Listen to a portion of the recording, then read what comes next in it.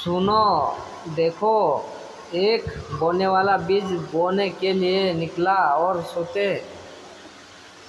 और बोते समय कुछ तो मार्ग के किनारे गिरा और पक्षियों ने आकर उसे चुग लिया, और कुछ पथरीले भूमि पर गिरा जहाँ उसको बहुत मिट्टी न मिली, और गहरी मिट्टी न मिलने के कारण जल्दी उग गया आया, और जब सूर्य निकला तो जल गया, और जड़ न पकड़ने के कारण सूख गया। और जब तो झाड़ियों में गिरा और झाड़ियों ने बढ़कर उसे दबा लिया और वह फल न लाया। परंतु कुछ अच्छी भूमि पर गिरा और वह उगा और बढ़कर बलवंत हुआ, और कोई 30 गुना, कोई 60 गुना और कोई 100 गुना फल लाया। और उसने कहा कि जिसके पास सुनने के लिए कान है वह सुन ले। जब वह अकेला रह गया तो उसके साथियों ने उन 12 समेत उससे इन दृष्टांत के विषय में पूछा। उसने उनसे कहा, तुमको तो परमेश्वर के राज्य के भेद की समझ दी गई है, परंतु बाहर वालों के लिए सब बातें दृष्टांत में होती है, इसीलिए कि वे देखते हुए देखे और उन्हें सुझाए न पड़े, और सुनते हुए सुने भी और न समझे, ऐसा न हो कि वे फिरे और अक्षमा किए जाए। फिर उसने उनसे कहा, क्या तुम यह दृष्टांत नहीं समझते? तो फिर और सब दृष्टांतों को क्यों कर समझोगे? बोने वाला वचन बोता है जो मार्ग के किनारे के है, जहाँ वचन बोया जाता है।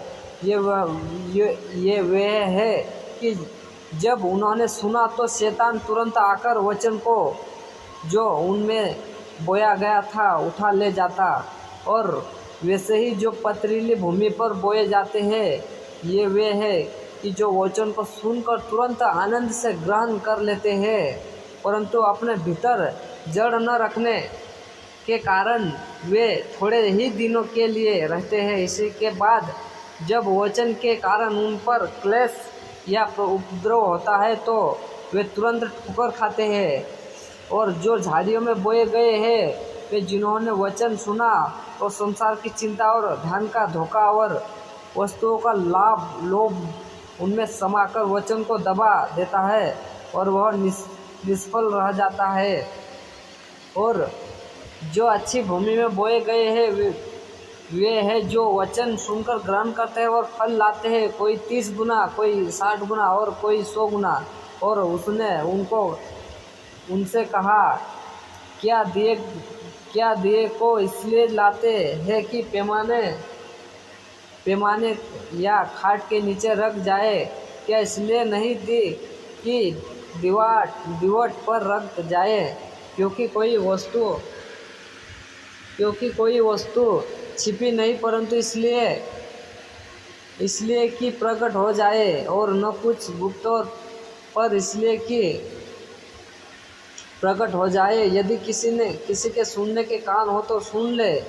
फिर उसने उनसे कहा, चौकस रहो कि क्या सुनते हो, जिस नाप से तुम नापते हो उसी से तुम्हारे लिए भी नापा जाएगा, और तुमको अधिक दिया जाएगा। क्योंकि जिसके पास है उसको दिया जाएगा, परंतु जिसके पास नहीं है उससे वो भी जो उसके पास है ले लिया जाएगा। फिर उसने कहा, परमेश्वर का राज्य ऐसा है जैसे कोई मनुष्य भूमि पर बीज छीटे और रात को सोए और दिन को जागे, और वह बीज उसे ऐसे उगे और बड़े कि वह न जाने।